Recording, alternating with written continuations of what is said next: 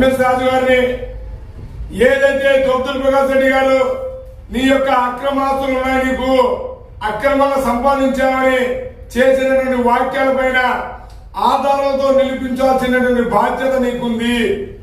మరి అలాంటి బాధ్యతలు మర్చిపోయి ఇవాళ కేవలం ఎంఎస్ రాజు గారి అక్రమ ఆస్తుల్ని కప్పిపుచ్చుకోవడానికి కులాల మధ్య చిచ్చు పెట్టే విధంగా వివరిస్తున్నాడని కూడా ఈ సందర్భంగా నేను గుర్తు చేస్తామన్నా. ఎంఎస్ రాజు గారు మాట్లాడుతున్నటువంటి వాక్యాన్ని బట్టి చూస్తే ఏదైతే తొత్తుల ప్రకాష్ రెడ్డి గారు చేసినటువంటి అక్రమాస్తుల పైన ఎటువంటి అక్రమాస్తులు లేవని నిరూపించుకోవాలి.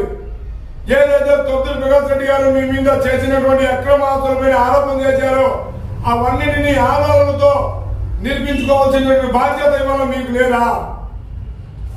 మీకు నిజంగా ఎక్కడ కూడా అక్రమాస్తులు లేకపోతే ఎందుకు ఇంతలో పౌరుషంగా కులాల మధ్య చిచ్చు పెట్టే విధంగా వేధిస్తూ కులాలను రెచ్చుకునే విధంగా మాట్లాడుతూ ఉన్నారు?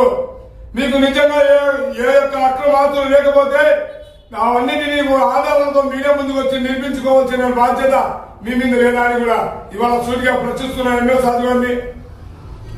కేవలం ఎంఎస్ రాజు గారి అక్రమాస్తుల్ని కాపాడుకోవడానికి ఇవాళ కులాల మధ్య చిచ్చు పెడుతూ కులాల మధ్య రెచ్చుకునే విధంగా వ్యాఖ్యలు చేయడం